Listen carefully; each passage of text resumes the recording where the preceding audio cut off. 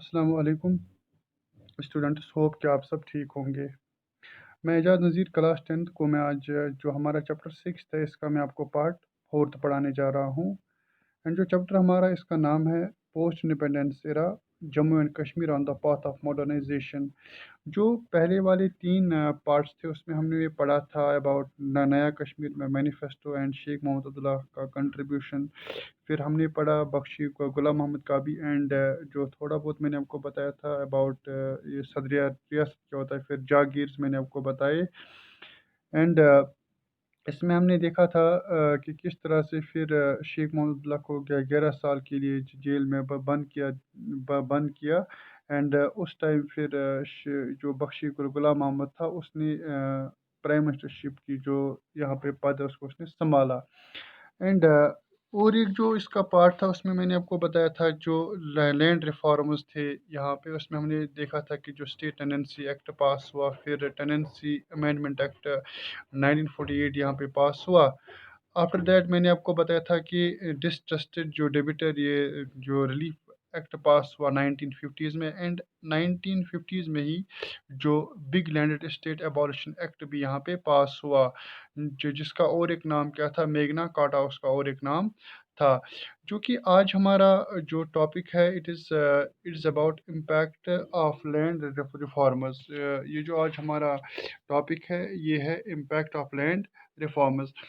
इसमें हम देखेंगे कि जो लैंड रिफॉर्म जब एंड हुए इसका इम्पैक्ट क्या पड़ा, स्पेशली जो पीजेंट्स थे उन पे क्या इसका इम्पैक्ट पड़ा। जो लैंड लॉर्ड्स थे यहाँ के, उनके जो प्रिविलेज थे उसको टोटली अबॉलिश किया गया जब यहाँ पे big landed state abolition act पास हुआ 1950s में। उसके बाद जो यहाँ के लैंड लॉर्ड्स थे उनके जो सारे राइट्स थे उनको क्या किया गया बेटा, ख़त्म किया गया। एंड इसका जो एक इम्पैक्ट था कि किस तरह ये देखा गया, जो देखते हैं कि 1950s की बात है कि जम्मू एंड कश्मीर में एक ब्रिटिशर आया या एक अंग्रेज़ आया यहाँ पे। उसका नाम था डेनल थॉर्नर उसका नाम था। वो एक एग्रेरियन हिस्टोरियन एंड इकोनॉमिस्ट था वो। मैंने कहा कि 1950s में जो हमारी ये रियासत जम्मू कश्मीर है यहाँ पे एक अंग्रेज़ आया या ब्रिटिशर आया यहाँ पे, उसका नाम था डेनल थॉर्नर उसका नाम था। वो एक एग्रेरियन हिस्टोरियन प्लस इकोनॉमिस्ट था वो। उसने जो यहाँ पे हर हालात देखे, ये वो हालात है कि जब जो यहाँ पे वो लैंड रिफॉर्म था इसके एंड होने के बाद जो यहाँ के हालात थे उसी पे उसने गौर फिक्र की, या उसी की जो उसने एक फिगर हमारे सामने प्रेजेंट की। उसने कहा कि जो ये रिफॉर्म्स के बाद जो स्पेशली पीजेंट्स थे उनकी जो लाइव्स थी वो बेटर हो गई थी, वो अच्छी हो गई थी। अब जो पेजेंट्स थे अब उनके पास इतनी इकनॉमी आई थी, या अब वो सोशली एडवांस्ड हो गए कि उन्होंने अब जो उनके बच्चे थे उनको वो अच्छी तरह से फैसिलिटेट कर सकते थे हेल्थ और कल्चर, उसके साथ साथ वो उन्हें प्रोवाइड करते थे बेस्ट एजुकेशन भी। को दैट मीन्स कि इससे पहले जो ये लैंड एबॉलिशन एक्ट था 1950s का, इससे पहले जो यहाँ के पीजेंट्स थे वो सफ़र कर रहे थे, वो सफ़र कर रहे थे millions of problems. That's why they were not able to facilitate their family as well as जो उनके चिल्ड्रंस थे उनको वो फैसिलिटेट कर पाते। मगर जो ये एक्ट पास हुआ 1950s का, इस एक्ट ने क्या किया, इस एक्ट ने उनको एक वे दिखाई। एंड उस वे से क्या हुआ, अब जो पीजेंट्स थे उनकी जो लाइव्स थी वो बहुत ही अच्छी हो गई। अब उसमें थोड़ा बहुत इम्प्रूवमेंट या उसमें एक सुधार देखने को मिली हमें।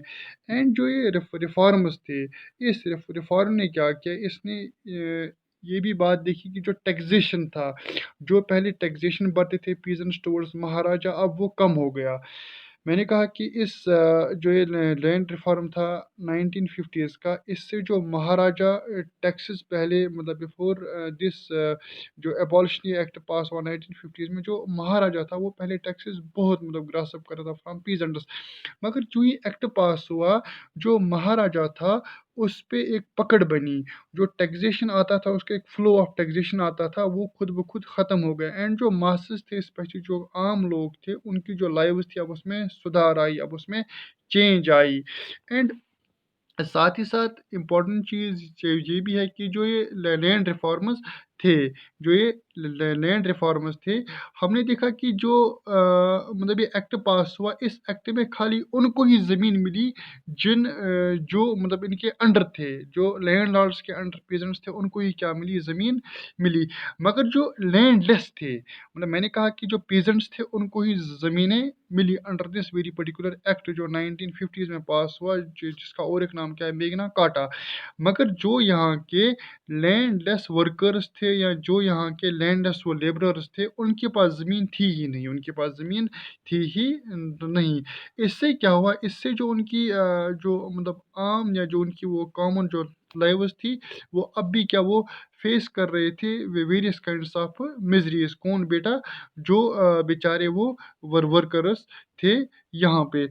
एंड और एक चीज़ हमने देखी इससे कि जो नो डाउट कि शेख मोहम्मद अब्दुल्ला ने फैसिलिटेट किया पेजेंट्स को, इससे तो एक तबका तो खुश हुआ। शेख मोहम्मद अब्दुल्ला की जो एक्टिविटी है, इससे खुश हुआ एक तबका, जो पेजेंट्स थे वो खुश हुए शेख मोहम्मद अब्दुल्ला की इस एक्ट से। मगर जो लैंड लॉर्ड्स का क्लास था यहाँ पे, वो अपोजिट हो गए शेख मोहम्मद अब्दुल्ला को। जो लैंड लॉर्ड्स थे वो अपोजिट हो गए शेख मोहम्मद अब्दुल्ला की सारी पॉलिसी को। एंड इस लैंड लॉर्ड क्लास ने क्या, इसने फिर कंपेन्स किया, इसने फिर एजिटेशन किया अगेंस्ट शेख मोहम्मद अब्दुल्ला। इतना आया आपको समझ में। अब और एक इम्पॉर्टेंट चीज़ ये है कि ज़मीन तो हो गई यहाँ पे डिस्ट्रीब्यूट, अब जो पीजेंट्स है वो अब इंजॉय कर रहे हैं। मगर एक मेन पर्पस ये था कि इरिगेशन, क्योंकि without good irrigation it's quite impossible for peasants to generate more and more वो रेवेन्यू। वो रेवेन्यू तभी उनको जनरेट होगा अच्छी तरह से उन फील्ड से, जब वो अच्छी तरह से वहाँ पे प्रोड्यूस करेंगे, फिर उसका आउटकम आएगा जो क्रॉप्स वो मतलब फील्ड में लगाते थे। एंड इसका जो सारा डिपेंडेंट था वो किस पे था, बेस्ड अपॉन था वो इरिगेशन पे।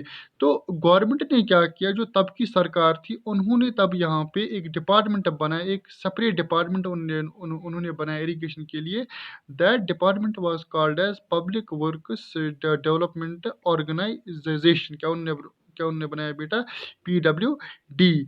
उन्होंने बनाया पब्लिक वर्क्स डेवलपमेंट ऑर्गेनाइजेशन, तब जो सरकार थी उसने ये बनाया। एंड जो फर्स्ट मतलब जो इरिगेशन था, जो 5 प्लान्स थे हमारे स्टेट के या जो हमारे इस जम्मू कश्मीर के जो 5 प्लान्स थे, उसका जो पहला तीसरा और पहला दूसरा और तीसरा 5 प्लान था, उसमें बहुत ज़्यादा कंसंट्रेशन था वो किसको दिया गया, इरिगेशन को ही। मतलब जो भी काम किए गए वो इरिगेशन को लेके ही किए गए। जो पहले मतलब 5 साल के 3 प्लान थे, उनमें खाली इरिगेशन पे ही फोकस किया गया। इससे क्या हुआ, इसका जो आउटकम था वो हमें ये देखने को मिला कि जो प्रोड्यूस था वो डबल हो गया। मतलब अगर हम देखेंगे कि 1951 से लेकर 1952 तक जो 82.50 लाख माउंट्स यहाँ पे जो प्रोड्यूस था, उसके बाद अगर हम देखेंगे 1964 से 65 तक इसका डबल हो गया, 166.10 लाख माउंट्स यहाँ पे प्रोड्यूस हुआ। कहाँ पे, हमारी जो रियासत है जम्मू एंड कश्मीर। एंड इसके एंड में देखा हमने कि इरिगेशन ने भी एक मदद किया, जो यहाँ का पीजेंट क्लास था प्रोड्यूस डबल हो गया। एंड उससे जो इकोनॉमी थी वो खाली पीजेंट क्लास की ही नहीं, बल्कि जो यहाँ की गवर्नमेंट थी वो भी थोड़ी बहुत बूस्ट हो गई, या वो भी थोड़ी बहुत इंक्रीज हो गई। इससे सारा जो फूड शॉर्टेज था पहले प्रॉब्लम, अब वो भी बराबर हो गया। अब एरा ऑफ कोऑपरेटिव्स आए यहाँ पे। एरा ऑफ कोऑपरेटिव्स में क्या होता था, इसमें इन्होंने कहा कि जो कोऑपरेटिव मूवमेंट है, इस पे बहुत ज़्यादा जोर दिया गया। कोऑपरेटिव क्या होता है, मतलब जब बहुत ज़्यादा जो लोग या बहुत ज़्यादा जो इंडिविजुअल्स होते हैं वो इकट्ठे कोई काम करते हैं या कोई मूवमेंट करते हैं। अब इसमें ये देखा गया कि जो सारे जो विलेज है, उन विलेज को लेके कोऑपरेटिव्स बनाए गए। इनमें क्या हुआ, जो ये कोऑपरेटिव्स थे, इनका मेन मकसद ये था कि जो डेबिट का कोई इशू है, जो कर्जा है, जो फाइनेंस प्रोवाइड करने ऑन क्रॉप्स, जो बाकी प्रोवाइडिंग जो ज़मीनें मतलब प्रोवाइड करनी है फॉर कल्टीवेशन के लिए, इन जो ये कोऑपरेटिव्स थे, इन्होंने ये सारा काम उठाया। लाइक डेबिट्स का, लाइक फाइनेंस का, या जो ज़मीन प्रोवाइड करनी है, या जो इनको मतलब रिपेमेंट करना, इस टाइम में। गोया जो कोऑपरेटिव्स थे इसको भी क्यों बनाया गया? For the good will of common mass of Jammu and Kashmir. जो गवर्नमेंट थी यहाँ पे उन्होंने ये स्टेप्स उठाए ताकि जो यहाँ के आम लोग हैं वो इंजॉय कर सके हाईएस्ट नंबर ऑफ हैप्पीनेसेस। बात आई आपको समझ में बेटा? एंड इससे क्या हुआ? इससे जो मतलब ये कोऑपरेटिव्स थे इन्होंने जो मिस मैनेजमेंट थी या मॉल एडमिनिस्ट्रेशन थी, जो मतलब ये कोऑपरेटिव्स थी, उन्होंने इस सब को क्या किया? ख़त्म किया। उन्होंने इस सब पे काम किया एंड उन्होंने रिवाइव किया। जो कोऑपरेटिव्स थे उन्होंने रिवाइव किया। इकोनॉमिक कंट्रीब्यूशन जो हमारी स्टेट की थी, मतलब इकोनॉमिकली हम इस कोऑपरेटिव ने क्या किया? इसने हमारी जो स्टेट है यहाँ पे इसने बूस्ट किया। एंड उससे क्या हुआ? उससे जो सारे तबके थे हमारे जो जम्मू कश्मीर के तो उनको एक फ़ायदा मिला।